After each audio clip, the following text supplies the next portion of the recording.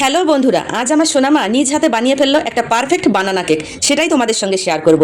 যদিও আমি শুরু থেকে ভাবিনি ভিডিওটা করব, কিন্তু ওর অনেকটা হয়ে গেছে, তারপর ভাবলাম না ভিডিওটা করে তোমাদের সঙ্গে একটু শেয়ার করে দেই। ইউটিউবে একটা ভিডিওতে দেখেছিল, বাকিটা ওর সম্পূর্ণ নিজের আইডিয়া থেকে। ঘরে কেক বানানোর যে উপকরণগুলো সারা বছরই আনা থাকে, বিশেষ করে কলা দিয়ে বানাবে, কলাটাও আনা ছিল। আরও স্পেশাল ও কিছু করেছে, এখানে যে ফ্রুট জ্যাম কিনতে পাওয়া যায় ওগুলো ছিল, ওগুলো পিস পিস করে লেয়ার বাই লেয়ার কেটে বসিয়ে সুন্দরভাবে দিয়েছে। বেক হওয়ার জন্য কেক মোল্ডে বসিয়ে দেখো, বেক করার জন্য গ্যাসের উনুনেও চাপিয়ে দিয়েছে। কেকটা কি সত্যি পারফেক্ট হবে কি হবে না সেটা কিন্তু আমিও জানি না, তবে দেখা যাক। এই দেখো, আমি মাঝে একটু তুলে দেখলাম, না সুন্দর ফুলে উঠেছে, তার মানে কেকটা হবে। যদি ইচ্ছে থাকে সবটাই সম্ভব হয়। আসো কেকের ফাইনাল লুকসটা দেখিয়ে দিই, একটু গোপনে গোপনে আসছি, মেয়ে যাতে টের না পায়। ওয়াও, হয়ে গেছে, একদম রেডি, তুললেই হয়ে যাবে।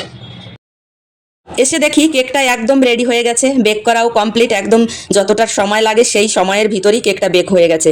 সোনামাকে ডেকে আনলাম আর কেকটা ওকে তুলে দিলাম, কারণ গরম তো, গরমটা আর ওকে ধরতে দেয়নি। এখন একটু যখন ঠান্ডা হবে তখন কেকটা তুলে নিতে হবে। দেখো তুলে প্লেটে রাখা হয়েছে, কতটা পারফেক্ট হয়েছে, সত্যি অসাধারণ। তাই বলি, ইচ্ছে থাকলে সব কিছুই সম্ভব হয়, কোনো কিছুই কঠিন নয়। যে মেয়ে এক গ্লাস জল ঢেলে খায় না, বিশেষ করে ওকে কিচেনে আমি ঢুকতেই দেই না, কোনো জিনিসই ও নিজের হাতে ধরে না। যেটা প্রয়োজন হয়, জল খেতে হলেও বলবে মাম্মি আমাকে একটু জল দাও তো। কেকটা দেখো যে কতটা পারফেক্ট হয়েছে। আর নিচে যে জ্যামগুলো দিয়েছিল ওগুলো সুন্দর জুসের মতো বেরিয়ে আসছিল। সত্যি অসাধারণ হয়েছে, আমি ভাবতেই পারি না। যদিও আগে একবার ছোট করে একটা বানিয়েছিল, সেটা আর তোমাদের শেয়ার করিনি। আজকের কেকটা অনেকটাই বড় করে বানিয়েছে, আর এতটা পারফেক্ট হয়েছে, এতটা সুন্দর হয়েছে, যেটা তোমাদের আমি বোঝাতে পারবো না। ভিডিওটা কেমন লাগলো অবশ্যই একটু লাইক কমেন্ট করে জানাবে, তাতে আমার সোনামায়ের উৎসাহ বেড়ে যাবে। আজকের কেকটা অন্য অন্য কেকের থেকে সম্পূর্ণ আলাদা।